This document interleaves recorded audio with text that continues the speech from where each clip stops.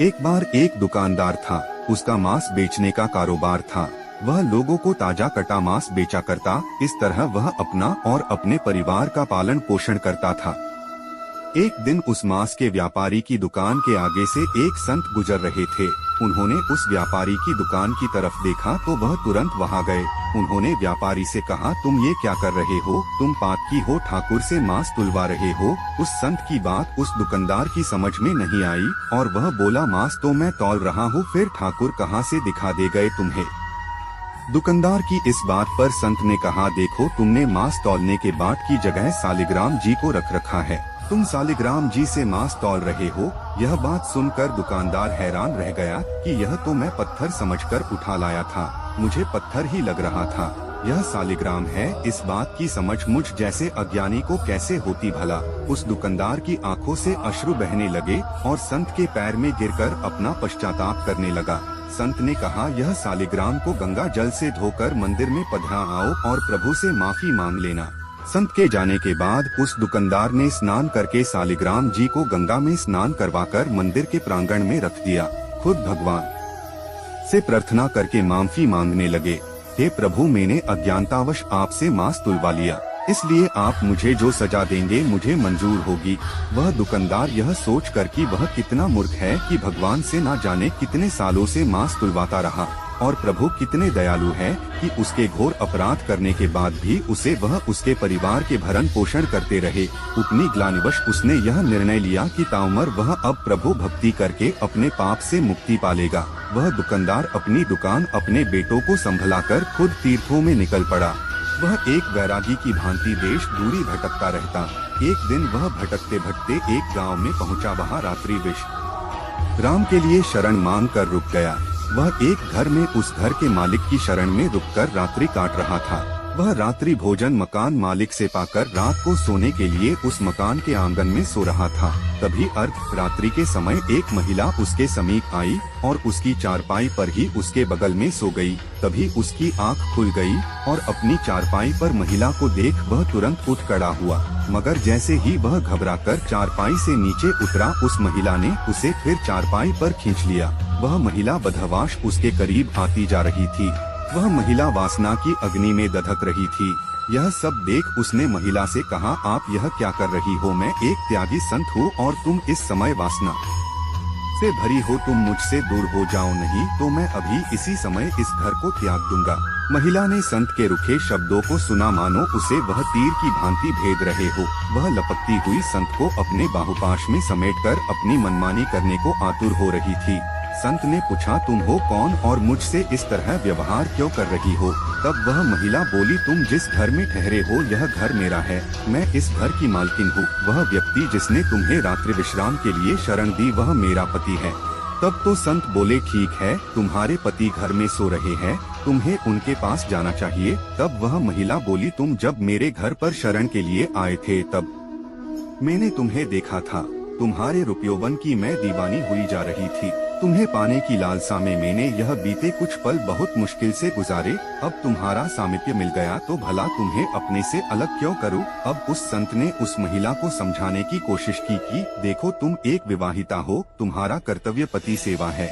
ऐसे में तुम मुझ जैसे वैरागी को पाना चाहती हो, यहाँ तुम्हें शरण नहीं मिल सकती। तुम्हारी जगह अपने पति के पास है, जाओ, लौट जाओ अपने पति के पास। वह महिला कुछ सुनने को तैयार न थी।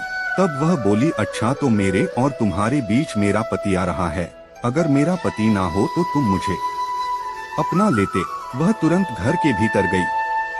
उस महिला ने घर पर रखी पति की तलवार को निकाला और उस तलवार से पति पर वार कर दिया। उसका पति वहीं मर गया। वह खून से भरी तलवार ले जाकर उस संत को दिखाते हुए बोली, लो, मैंने तुम्हारे और मेरे बीच खड़ी पति रूपी दीवार नष्ट कर दी। मैंने पति का गला काट डाला, अब वह कभी हम दोनों के बीच में नहीं आ सकेगा। बेचारा वह संत दुकानदार यह सब देख वहाँ से भागने लगे।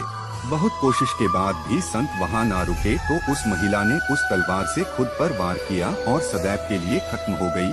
संत जैसे तैसे वहाँ से निकलकर भागे, बहुत दुखी रहने लगे। उनका दुखी चेहरा देख एक संत ने उन्हें कहा, लगता है तुम बहुत दुखी हो, क्या बात है जो तुम्हें परेशान कर रही है?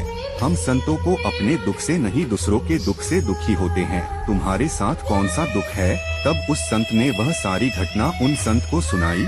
संत ने उस संत की बातों को सुनकर ध्यान लगाया तो उनका इस सारी घटना का सार समझ आ गया।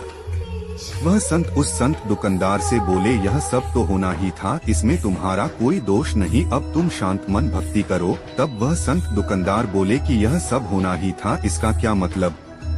तब वह संत हंसते हुए बोले, तुम मेरे पास बैठो, मैं तुम्हें सब बताता हूँ। उन संत ने उस संत दुकानदार से कहा, यह सब पिछले जन्म का कर्जा था जो उस महिला ने ले लिया। संत दुकानदार बोले, कैसा बदला? अब संत उन्हें बताने लगे, पूर्व जन्म में तुम प्रभु भक्ति के लिए घर बार छोड़कर सुने स्थान में रहते हुए भक्ति करते थे। एक दिन जब तुम ध्यानमग्न होकर प्रभु भक्ति कर रहे थे, तभी वहाँ से एक गाय भागते हुई आई। तुमने गाय को देखा, चुप रहे। गाय को एक कसाई पकड़ना चाहता था। गाय उस कसाई से बचती हुई भागती हुई वहाँ आई थी। गाय तुमसे अपने बचाव की उम्मीद से देखने लगी, मगर तुमने भक्तिवश उस पर ध्यान नहीं दिया तो वह डरती हुई कहीं और जाकर अपना बचाव करना चाहती थी। वह वहाँ से चली गई। तभी उसके पीछे पीछे भागता वह कसाई तुम्हारे सामने हाथ में तलवार लिए आया। तुम जिस स्थान पर बैठे थे वह ठीक चौराहे पर बना हुआ था। वहाँ से 4 मार्ग निकलते थे, इसलिए कसाई वहाँ रुका। उसे समझ नहीं आ रहा था कि वह गाय कहाँ गई। चारों तरफ नजर दौड़ाकर वह कसाई तुम्हारे पास आया और तुमसे उस गाय के बारे में पूछा कि तुमने किसी गाय को यहाँ से भागते हुए देखा है? तुमने उस कसाई की तरफ देखे बिना बंद आँखों से ही उस रास्ते की तरफ हाथ कर दिया जहाँ वह गाय भाग कर गई थी। वह कसाई तुम्हारे इशारे को देख उसी रास्ते पर चला गया जहां वह गाय भागती हुई गई थी और उस गाय को कसाई ने अपनी तलवार से मार दिया था। अब वह संत दुकानदार हैरान होकर उन संत से बोले, उस गाय व कसाई से मेरी इस घटना का क्या वास्ता? संत हंसते हुए बोले, हाँ, उस घटना से ही तुम्हारी इस घटना का संबंध है। क्या तुम जानते हो वह मकान मालिक व उसकी पत्नी पूर्व जन्म में कौन थे?